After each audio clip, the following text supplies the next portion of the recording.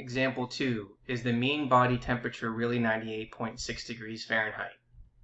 Dataset 5, Body Temperatures in Appendix B, includes measured body temperatures with these statistics for 12 a.m. on day 2. N is equal to 106, which is the sample size. The sample mean, x bar, is equal to 98.2 degrees Fahrenheit.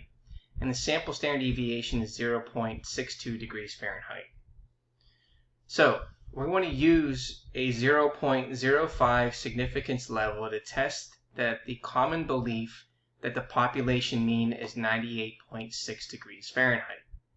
First, let's identify the following. N is equal to 106, the sample mean is 98.20, and the sample standard deviation is 0.62.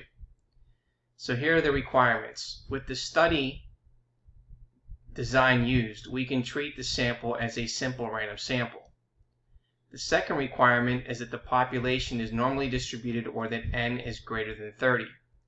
Since the sample size N is equal to 106, so the second requirement is satisfied and there is no need to investigate the normality of the data. Therefore, both requirements are satisfied. So now, in step 1, we want to state the claim and the opposite of the claim.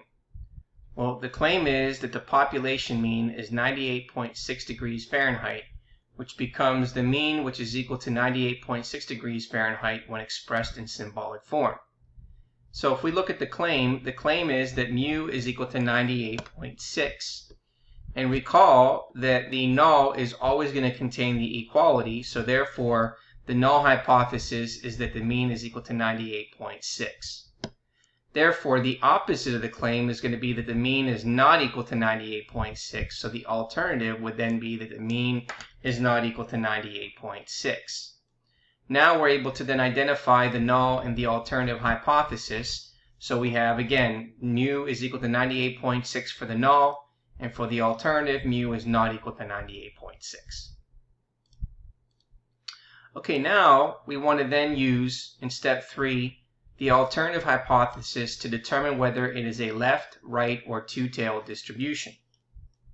Now, since this is a two-tailed distribution, since the alternative hypothesis contains the not equal sign.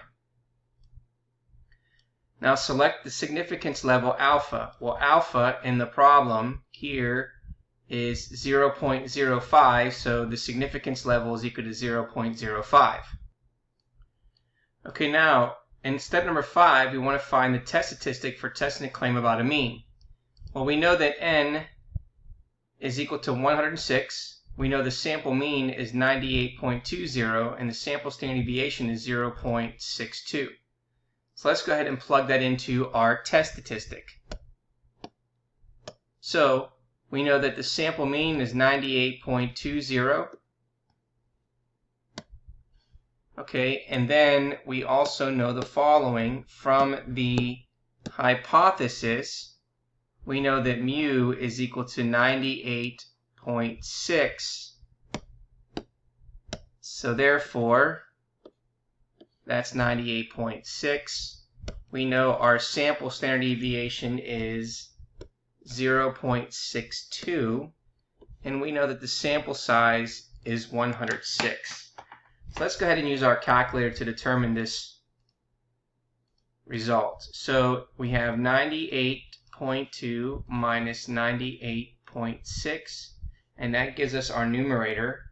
And then we're going to divide it by the following. So we have first parenthesis, then a second parenthesis for 0.62, and we close that, and then divide that by another parenthesis, second square root of 106, and then close that parenthesis and add another one there, and then we get negative 6.642342 to 6 decimal places, and rounding it to 3 decimal places we get negative 6.642.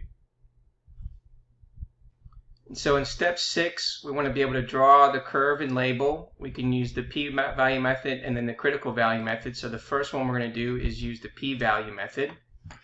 So let's go ahead and do that. First thing we want to do is draw our bell curve.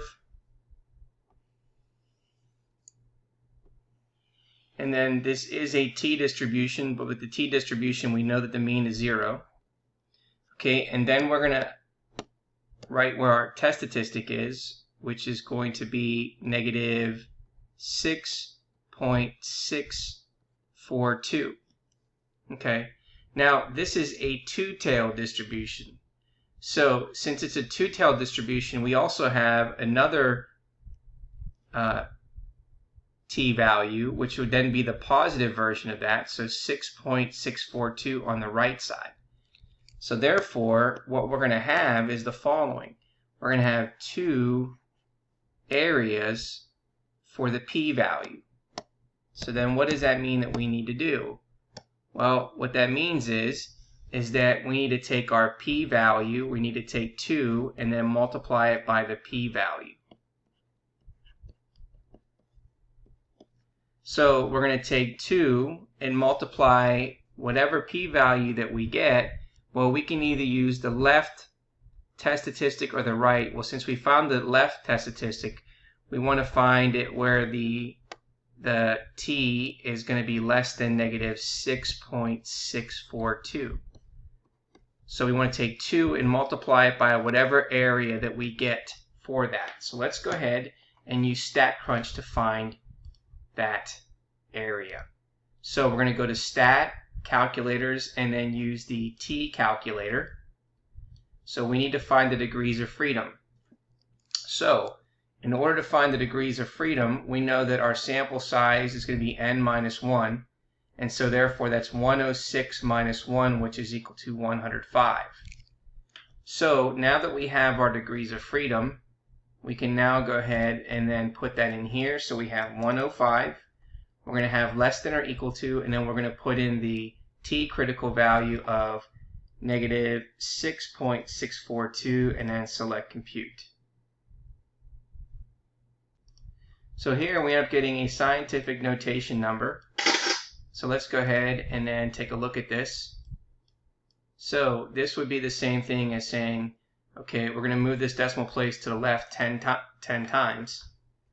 So if we move that decimal to the 10 times, then we would get the following. So that means we'd have 9 zeros before the 7. So we'd have 0.1, 2, 3, 4, 5, 6, 7, 8, 9, and then 70299. Now we're going to round that to 4 decimal places, which is basically 0.0000. So that means we're going to take 2 and then multiply it by 0.0000, which is going to give us 0.000. So therefore there is our p-value. So now what we need to do with the p-value is now make a decision.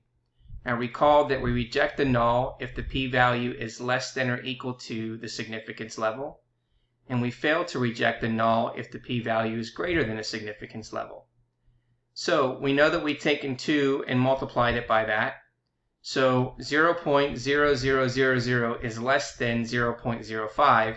Therefore, we reject the null hypothesis. Okay. So now, how would we do this using the critical value method? So for the critical value method, we would do the following. To find the critical value for the significance level of 0.05, the degrees of freedom is equal to 106 minus 1, which is 105. And since it is two-tailed, we take alpha, which is equal to 0.05, and divide it by 2, which gives us 0.025. So let's go ahead and do that on StatCrunch to find out what that critical value is going to be.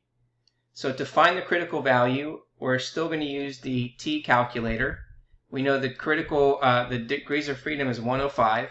And if we want to find the one on the right-hand side, we're going to select greater than or equal to, and then we're going to put in the area of 0.025.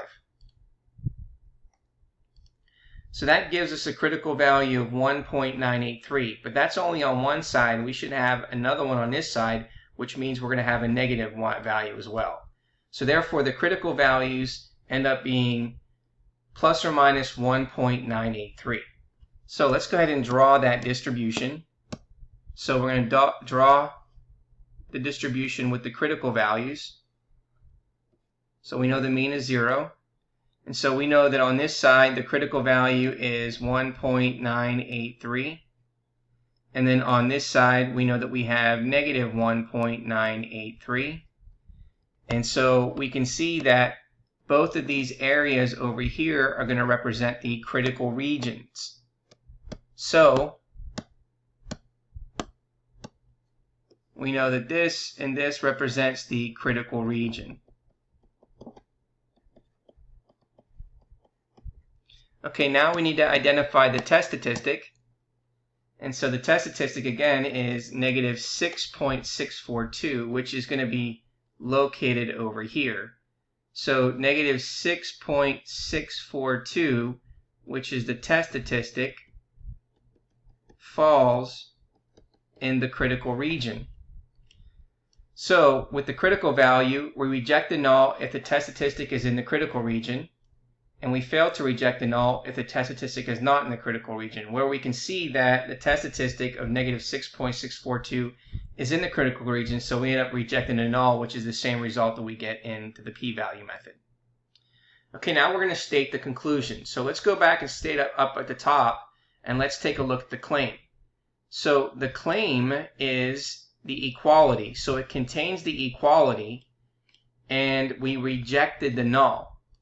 So we're going to look at the third option here, and the third option tells us the following. The original claim does include the equality, and we rejected a null, so we would say that there is sufficient evidence to warrant rejection the claim that, followed by the original claim. So therefore, our conclusion would be the following. There is sufficient evidence to warrant rejection of the common belief that the population mean is 98.6 degrees Fahrenheit.